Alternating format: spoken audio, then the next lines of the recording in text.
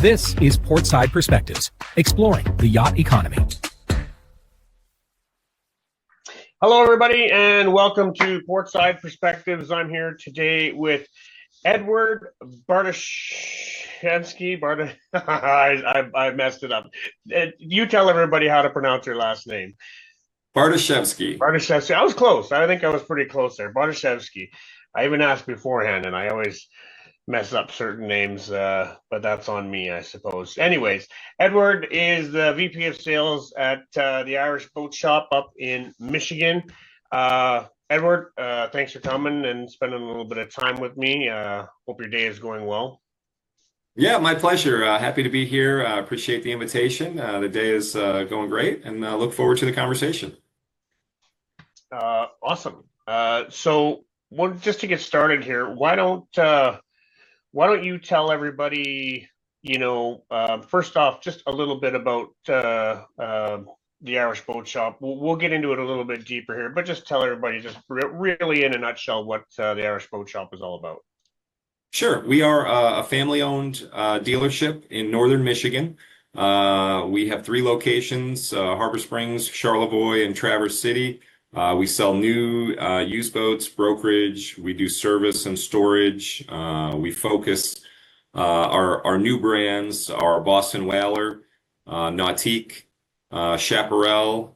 We sell Zodiac tenders. We also sell J-boat sailboats. So some nice brands for us, and then we store both cold and heated winter storage. We store about 1,200 units here between our locations. We have a couple hundred wet slips in the water during the summertime, and offer full service for all of our customers' boating needs here in the area.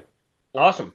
Okay, so can you tell me a little bit about yourself personally? Like, how did you even get into this industry? How did you get to be where you are today? And where did you start, and how did you get to where you are here now? Sure. I have always liked boating. I grew up on the Great Lakes in Oswego, New York. A family had a boat a couple of times as a kid, and always loved the adventure of boating. But it wasn't really a major industry where I grew up, and so I never thought of it as a career. I worked in sales for a good part of my formative years, 20s and 30s, and really it was through kind of luck and a couple of connections. A close friend of mine invited me to learn more about an opportunity in Florida in the boating industry. It was one of those scenarios where the first phone call went something like, "Hey, I got this cool opportunity in Florida in the boating industry," and my response was, number one, I'm not moving to Florida, and number two, I'm not getting in the boating industry. I worked as a financial advisor at the time, and was real happy with my career. One thing led to another. I moved to Florida and got in the boat business. So that was about 15 years ago.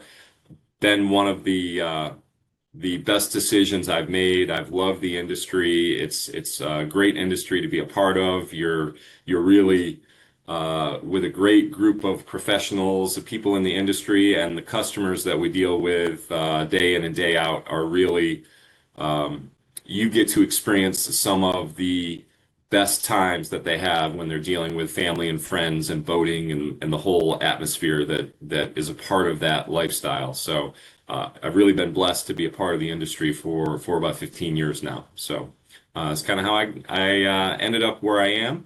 I worked with a couple of the bigger names in the industry. I worked with MarineMax for about 5 years as both a finance manager as well as a general manager. And then I had an opportunity to work with OneWater. So 2 of the bigger publicly traded companies in the industry, both great experiences. I learned a ton in both environments. And through a couple of moves in the last few years, I really went 180 degrees and ended up at a family-owned dealership as their vice president of sales. And kind of got back to where I grew up around the Great Lakes and really a different boating environment, different kind of business, but it's been really just a wonderful journey for me personally. So I'm happy to be where I am. Awesome. And I know that being up there further north on fresh water, it's very much a seasonal business, right? Like you guys are um, doing different things throughout the year. Compare summer compared to winter. Obviously, a lot of boats get pulled out of the water due to freezing. Are you guys involved in the? Do you have a crew and equipment and stuff in place to pull boats in and out of the water? Sure, that's it's a huge part of our business here at Irish, is the whole winter, summer changeover and the storage aspect of the business. Really, the Irish Boat Shop was built in large part on our storage business. The boats stay inside here. We're really at the northern tip of the mitt, as they say in Michigan. So about 6 months of the year, the boats are in storage, and the boating season in the summertime is pretty short. So we have to be efficient at getting all of those boats out on the water and then, of course, off the water to maximize the time our customers have to use the boats. We have a great crew here, very experienced, multiple travel lifts, experienced at pulling out small, trailer boats all the way up to yachts. So it's definitely a big part of the business here. We store in the wintertime about 1,200 units. We have about 25 different buildings, some of them heated, some of them cold storage, but we do a ton of storage here at Irish. Okay, so you're mostly dealing with smaller, more pleasure craft, that sort of thing like that. But you did mention yachts, so obviously you're limited to the size that you can be dealing with pulling them in and out of the water regularly. Are you guys in sales of any kind of larger vessels that you would consider a yacht? I mean, I know yacht is subjective. There is, it can be something from 40 feet long to something much much bigger. But maybe just expand on that a little bit. Are you dealing with some larger vessels, or is it pretty much all smaller pleasure craft like speedboats and that sort of thing? Sure. We do deal with some larger yachts, usually on the brokerage side of our business, where we're helping customers buy or sell pre-owned. We don't we don't have an official relationship with any of the large yacht brands, although we do offer Pardo. We are a sub dealer for Pardo, so we do some business with them. But yeah, most of our yacht business is more on the brokerage side. However, we we like to refer to a lot of the boats that we sell as yachts because of the importance they put in our clients' lives and the importance they are to their families. So it's actually a running joke with a couple of our guys. They'll sell a 15-foot Boston Whaler and reference it as a yacht. So just because they know how important it is to people. Right. And like I said, it's a subjective sort of thing when people refer to something as a yacht. I think there's a technical classification when it comes to the size and all of that, but I get what you're saying. You got a lot of sailboats in that area too, do you not? We do. That's been an interesting experience for me. I was never really involved with sailboats, just on the periphery a little bit in my previous roles. And sailing is a huge part of the culture here at Irish. And to give you a quick history, Irish is called Irish Boat Shop because the founder of the company, Dave Irish, is in his name. He was a huge part of sailing and sailing racing. Was very involved in the Chicago to Mackinac big sailboat race every summer, and it was a big part of the culture. Still is here at Irish. In fact, Dave served as the president of the U.S. Sailing Association for a number of years. So we offer J boats as a brand, and And then we do a lot of brokerage work with sailboats, from new boats to the classic NMs, which are kind of a locally built brand here in northern Michigan that are still popular to be raced by the locals in the summertime. So Right. it's been an interesting experience to see all that. Yeah. So the brands that you deal with as in new vessels, I'm just on your website here right now. Obviously, you have um, well, a lot of Boston whalers come up here right away. But so, what are the brands that you represent within the Irish Boat Shop as far as the brand new vessels? Sure. Boston Whaler, as you mentioned, is a big part of our business here. You know, one of the most iconic brands out there. That's a big part of our business. We also offer Chaparral, which is, if you're not familiar with Chaparral, family runabout style boat. Actually, biggest market share boat in 18 to 30 feet in the country in the U.S. So it's a big brand for us as well. Then we offer Nautique, which Nautique is really the cream of the crop when it comes to wake surf and competition ski boats.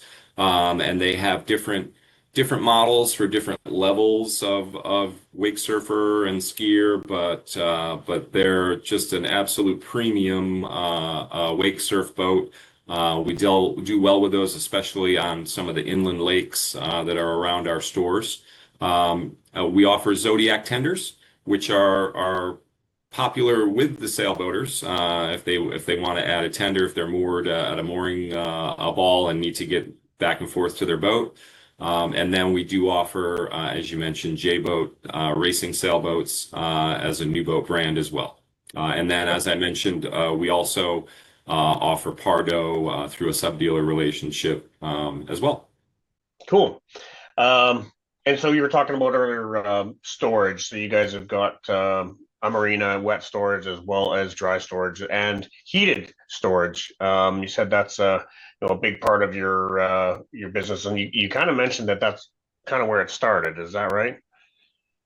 For sure. The part of the business model at Irish was to build a storage building and sell boats until it was full, and then build another storage building and repeat, if you Right. will. So that's kind of given the business a great deal of stability both in up and down markets. When you have that storage revenue, it's very consistent, and yeah, it's been part of the strategy from the beginning. Sorry, my dogs are losing their minds here all of a sudden for some reason. Somebody must be They're on. excited about storage, Yeah, yes. they were really excited about storage. Yes, for sure. I get excited about storage. um, so yeah, I mean, so storage is obviously something that kind of gets you weathered through the ups and downs, like you said. But I mean, you guys have grown to three different locations in Michigan, so obviously you're doing fairly well. Are there any trends or insights maybe you can give us in the industry that you're in, and something you've seen over the time that you've been up in that area? Well, so I've been here for one season so far, so I'm still on the learning curve of the local marketplace. We are blessed here in that it's really an area that a ton of people have summer homes, and it's a clientele that weathers some economic storms out there. So it really helps us to offer a stable business to our customers. Um, but I do see the industry in general getting healthier in the past couple of months. I've attended some of the bigger boat shows. The mood among buyers seems to be better, and confidence seems to be coming back a little bit. I know the industry has seen some decreases over the last couple of years, but I feel like we're hopefully at the bottom and starting to head back the other side with some growth starting again. Yeah. Well, I mean, like you said, you've only kind of been there for the one season. It's hard to get a big picture over that short of a time, and you were further south down in Florida previous to this, so it's a whole nother world, I'm sure. It is. It is. I'll piggyback on your question before on the storage and the wintertime work here. It's interesting. One of the things we stay very busy with here is we have a talented crew of custom woodworkers and really talented technicians. So they're able to do a lot of refit work in the wintertime on some of the more classic brands. We do a lot of work on older Chris Crafts and wooden boats. We do a lot of the woodwork on Hinckley's and things like that in the area. So we're able to stay busy with winter work, is what we call it, so that we have our customers ready for the next season. So you do servicing and all of that you just mentioned as well. It's not just sales and storage. You actually have, I mean, most dealerships do have a service department, but you're doing like refits and things more, not just fixing an outboard or getting an engine going again or tweaking some things here and there. You're doing some major work potentially. We are. We are. Traditionally, the Irish business has been and split fairly evenly into three areas: storage being a third of our business, sales being a third of our business, and service being a third of our business. So, in the last few years, maybe it's tilted a little bit heavier to the sales side, but service is a huge part of our operation, and not just of the boats that we sell, but as I mentioned, some of the trickier, if you will, boats to maintain with some of the sailboats and all the rigging that's involved in it, and some of the classic wooden boats that we deal with. Right. So I have no idea about the region and area that you're in. In your opinion, would you say you guys are one of the larger boat dealerships and in the industry that you're in and all around, I guess, in the area, or maybe kind of expand on that a little bit? Sure. In our local market, we're one of the bigger operations in this market for sure. There are a couple of other groups that are similar sized. So there's some healthy competition in the area with some different brands, and I think that keeps everybody sharp and on the top of their game. But we're definitely one of the bigger players in this area, and I will tell you, after living here for one summer, one of the most beautiful areas of the country you've ever seen. Just beautiful green rolling hills with inland lakes, crystal blue water. It's stunning when you're here for the first time. Hmm. Um, yeah, I mean, I've been out that way on the Canadian side. But yes, it is very, very nice out there. So I mean, obviously you do have competition in your area. What do you guys focus on when it comes to marketing and letting people know that you're there and just getting your name out there and getting some notoriety in the region? So we have kind of some distinct markets with our three different locations. We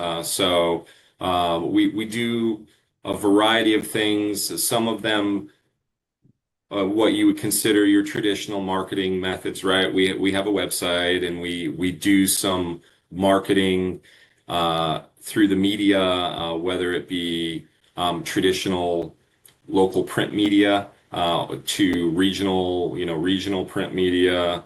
We do some local events. We also do some internet advertising to try and drive people to our website. Your Google AdWords stuff that has become so popular, that type of thing. We try and have a consistent presence on social media to let people know about different events that we're having or different specials that might be happening. And during the busy summer season, we really focus on being involved in local events. There's a local regatta, actually several of them. There are lots of festivals and summertime activities that we try and have a presence at, so that we just keep our name in front of everybody, to have a presence. Right. Okay. Cool. And um, are you finding so this is just I ask these questions because it's the world that I'm in, and I'm always interested to know what people are doing. The way technology is moving forward for all sorts of different things, whether that's marketing or operations or whatever the case is. Are you guys doing your best to try and keep up with the new and evolving technologies? I mean, really, right now that is being like AI and the different things that are capable within that world. Are you trying as a dealership to keep up? And if so, like what are you doing? And if not, is there anything you see in that world that you would like to be doing? Sure. So we're doing our best to keep up, but you're right, it's moving really fast. So there's a big question in the market place right now of how do you use AI, right? AI is this powerful data gathering, computational ability. How do you channel that to make it work for your business? So we're working with our vendors through, with our CRM system and with our dealer management software.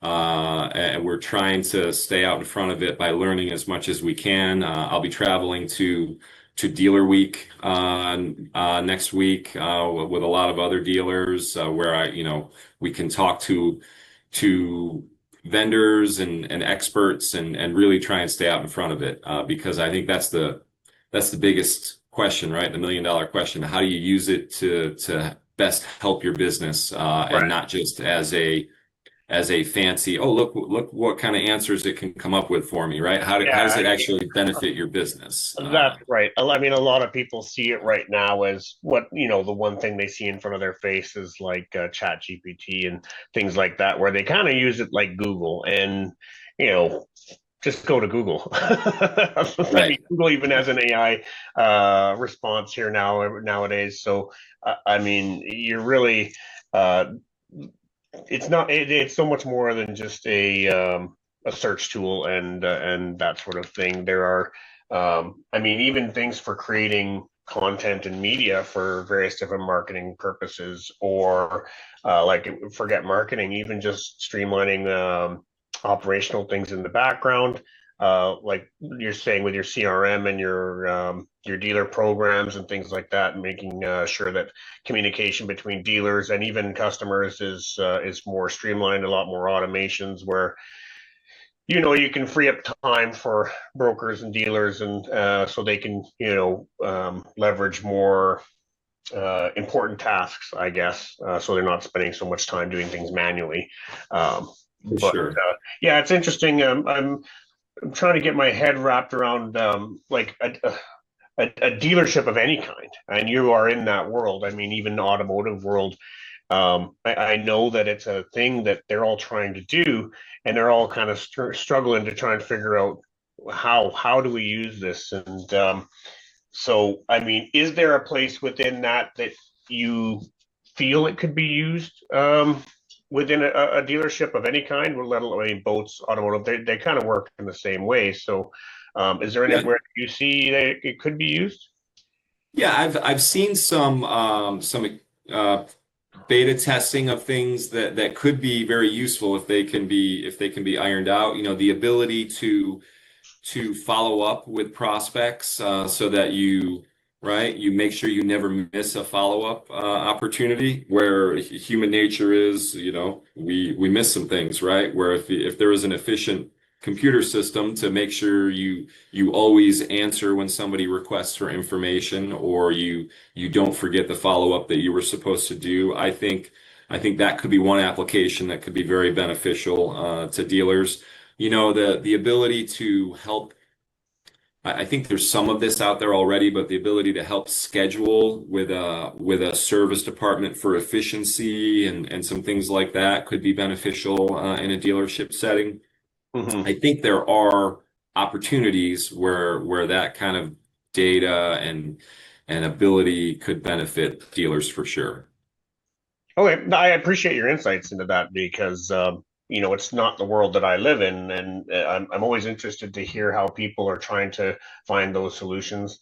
And I guess it does make sense. There's that old saying in sales, it's pretty common. It's speed to lead, right? I mean, someone reaches out to your business, you want to get in contact with them as quickly as possible because as time goes on, especially in the day and age of the internet and people being able to find other dealers and things, if you don't respond, they're probably going to move on to the next dealer, right? And that's just a For fact, sure. reality, right? Yeah.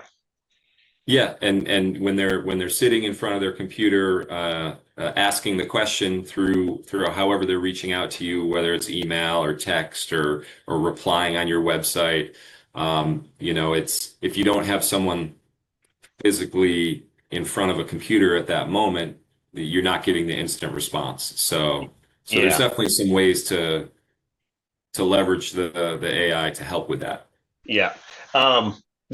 Conversations that I have on a regular basis here, it's a very seems like a very personal and relationship based industry, and I think even on the smaller boats, it kind of works a similar way to larger yachts.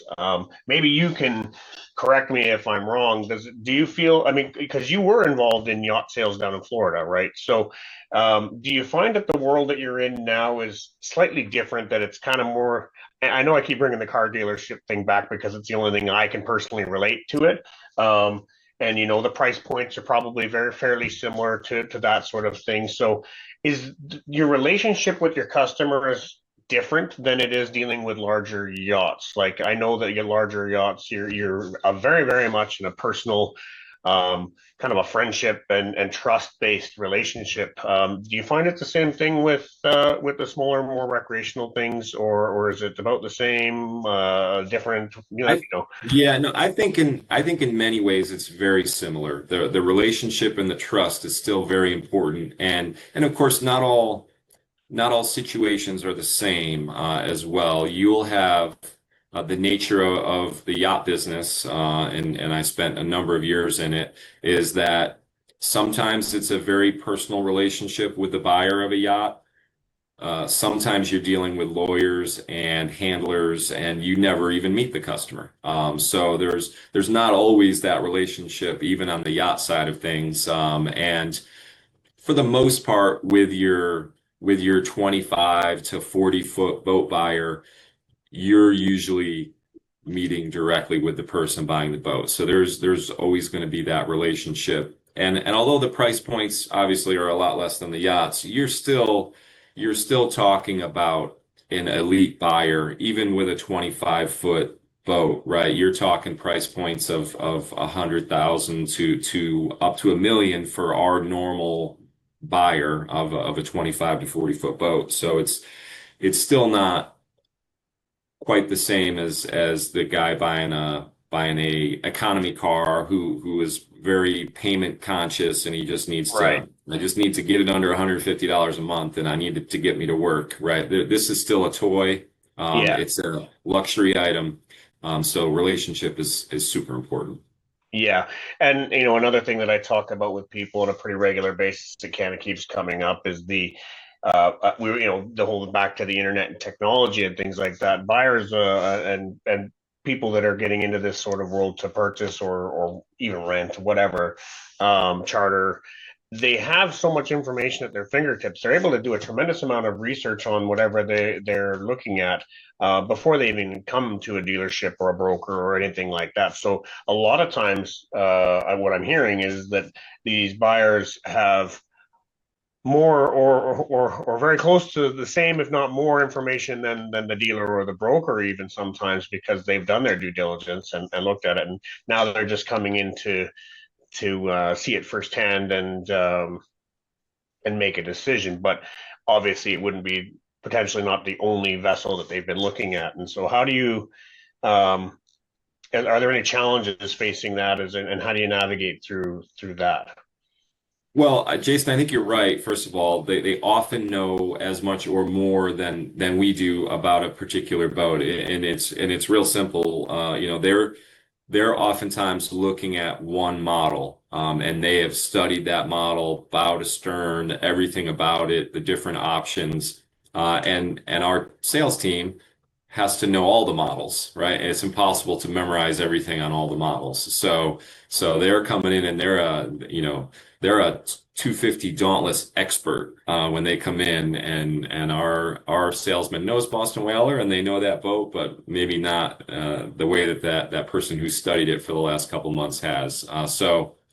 So I think the first part of it is we just have to accept that. Like that's not a negative that someone coming in the door might know more than me about a particular model. But we know even if a customer knows more about that particular model, we need to be the resource for boating in general and how to make it fun and easy and practical and all the things that our team can add value for, and not be bothered that someone might know how many gallons of fuel it holds Right. and how many gallons of water, and we don't know that off the top of our head. Yeah, yeah. I get that part of it. And I mean, I hopefully that when someone comes in and they've got this boat, it's in their laser beam focus and so they just want to kind of see it and do a walk around on it and all of that. I mean, I hope that you guys would be in the position of knowing, and the ability to talk to the person and say, what is it you're actually looking for? Is this the boat you're actually looking for? Because, maybe we have something else that is more in line with what you're thinking about. And does that happen, or are people when they It come in, they're definitely. just like, nope, that's what I'm aiming for. Don't try to sell me on something else.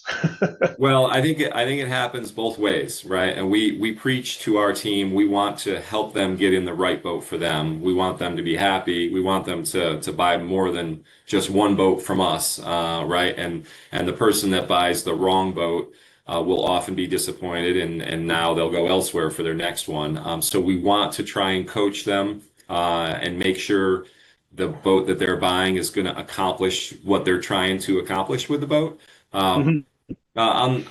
on the flip side, if a customer is dead set on something, it's pretty hard to talk them out of it, right? If Right, they right. if they've been dreaming Fair. about this boat, they're Yeah. gonna buy it if they really really want to. That So and I get that. I mean, that's kind of why I brought it up. I'm sure that especially if somebody who's never been in the world of the marine world or industry and spent a tremendous amount of time on boats, they wouldn't necessarily realize that not every boat is suited to what you're trying to do with it, and it's really hard to find the one boat that does everything because they are very much designed to do different things for different people. Some are capable of doing multiple things, but I've yet to see a boat that's kind of the golden ticket and does everything for everybody all the time perfectly. Like they're all very function and use suited vessels for the most part. I mean, maybe you've seen something, but I haven't yet. no, it's a common phrase. There's no perfect boat, right? There's no boat that does everything. So you're right. There are multi-purpose boats. There are great utility boats, but still there's no one size fits all. So we need to learn what the customer is trying to do, help coach them to try and get them in the best type of boat possible for what they're trying to do with their friends and family, and hopefully we communicate well and we end up in the right place at the end.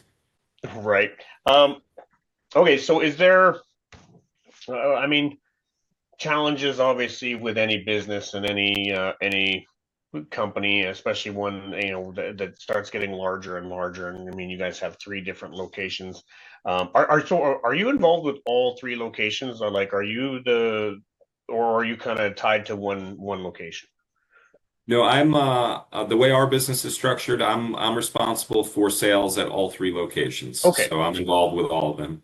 So you've kind of got the 40,000 foot view across all the three locations. What is your guys' biggest challenge, would you say? Like what is the hardest thing for you guys to overcome that kind of keeps kicking you in the face that is just like, man, I wish we could figure that out.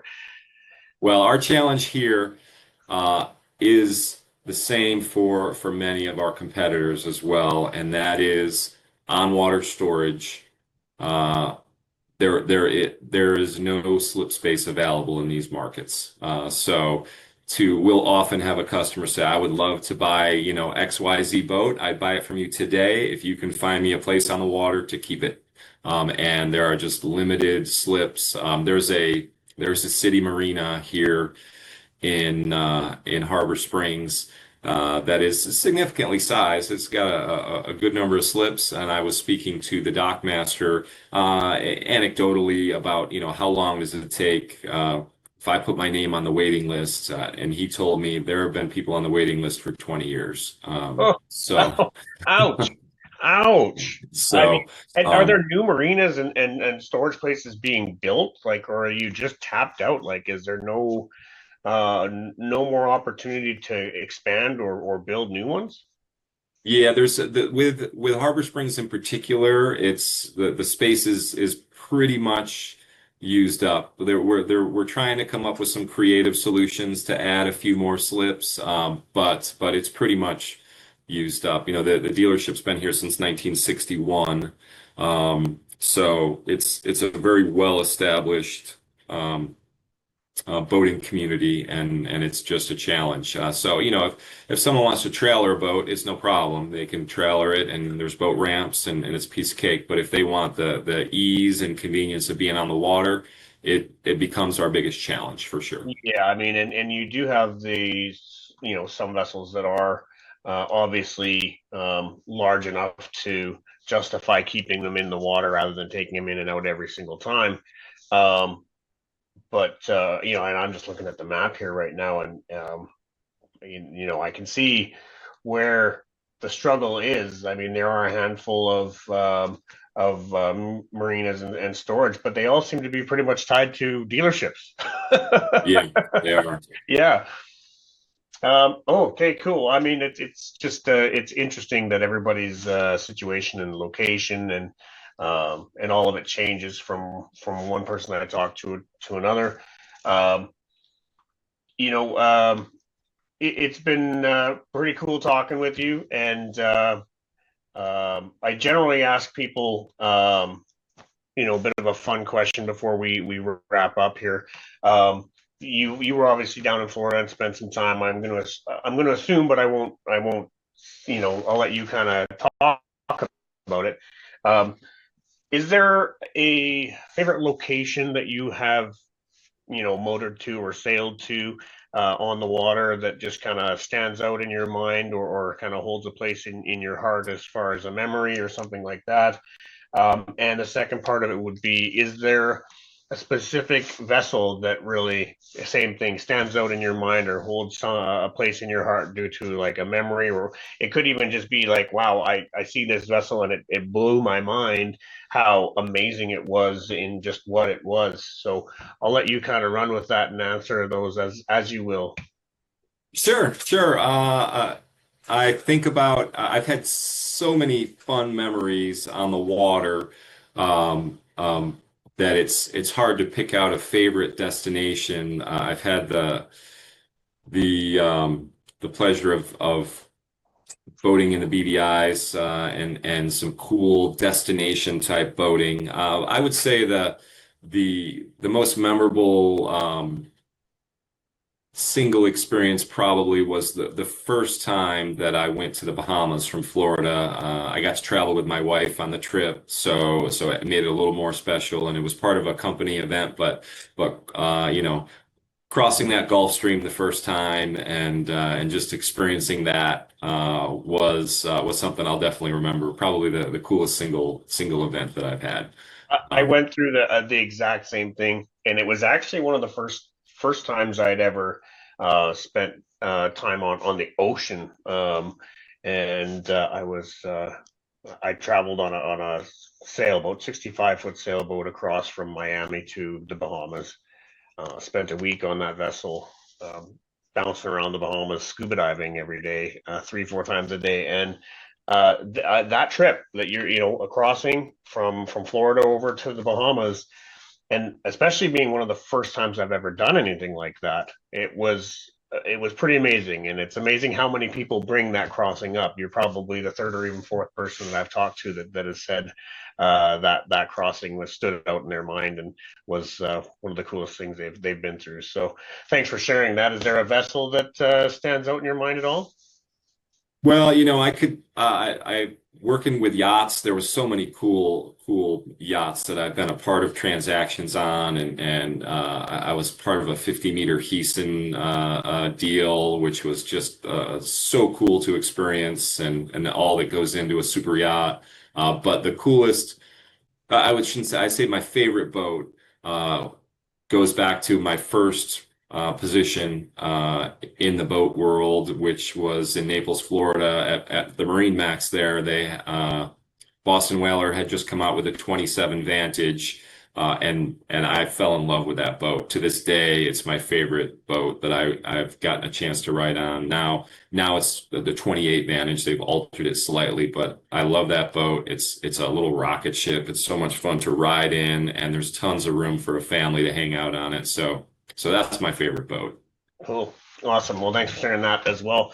Edward, it's been awesome talking with you. Thanks for sharing all of your insights and telling us about the Irish Boat Shop. And for anybody who wants to come find you guys or deal with you, how do you want people to find you? Just through your website, social media? Yeah, they can share away.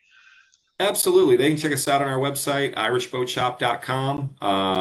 It lists the information on all of our locations, a little bit about us and our inventory. So check out the website, or if you're in the area, of course, come into one of our locations and say hello. Awesome. Again, Edward, it was awesome having you, and I enjoyed our time here. You're fun to talk to. So hopefully, maybe we can line up again in the future, do it another time, and see how things have changed for the Irish Boat Shop and yourself. And outside of that, we'll see you later. Sounds good. I appreciate it. I appreciate the invitation. Have a good day.